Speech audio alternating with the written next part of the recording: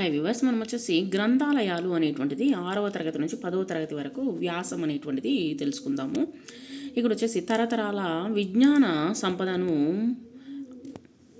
అందించేవి గ్రంథాలన్నమాట. అంటే అనేకమైనటువంటి విషయాలను గురించి తెలుసుకునేదానికి గ్రంథాలు అనేటువంటిది, లైబ్రరీ అనేటువంటిది చాలా ముఖ్యమైనటువంటిది.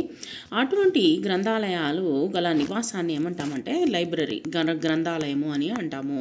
ఈ గ్రంథాలయాల్ని ఇంగ్లీష్లో వచ్చేసి లైబ్రరీ. ఆ లైబ్రరీలో మనకు అనేకమైనటువంటి విషయాలు, ప్రపంచంలో ఉన్నటువంటి అనేకమైన పుస్తకాలు మనకు దొరుకుతాయి. గ్రంథాలయాల్లో అనేక రకాలు ఉన్నాయి. ప్రభుత్వ గ్రంథాలయాలు, గవర్నమెంట్కి సంబంధించినవి, స్వచ్ఛంద సంస్థల గ్రంథాలయాలు ఉన్నాయి.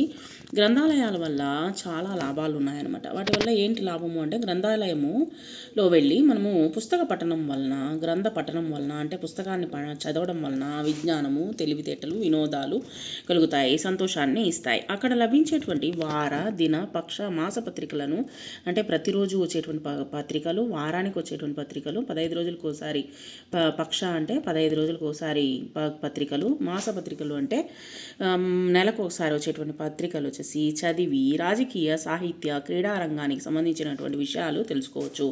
అనేకమైనటువంటి విషయాలను మనం తెలుసుకోవచ్చు. గ్రంథాలయాలు మనిషిని మనిషిగా మారుస్తున్నాయి. మనం వచ్చేసి మనిషిగా హ్యుమానిటీ అనేటువంటిది మనం తెలుసుకోవచ్చు అనమాట.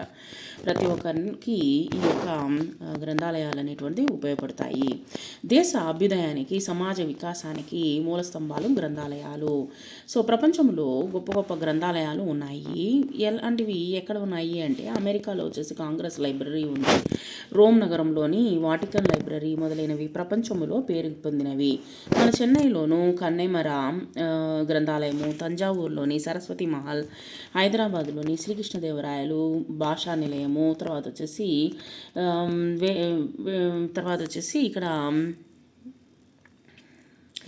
అనేకమైనటువంటి వాటి వేటపాలెంలో, తర్వాత వచ్చేసి సారస్వత నికేతనము మొదలైనవి ముఖ్యమైనటువంటి గ్రంథాలయాలు. ఇవన్నీ వచ్చేసి మనకు అనేకమైనటువంటి విషయాలను మనం తెలుసుకునే దానికోసంగా ఇవి ఉపయోగపడతాయి అన్నమాట. అనేకమైనటువంటి విషయాలను మనము తెలుసుకోవచ్చు, మన యొక్క జ్ఞానాన్ని అభివృద్ధి చేసుకోవచ్చు ఈ యొక్క పుస్తకాలు చదవడం వలన.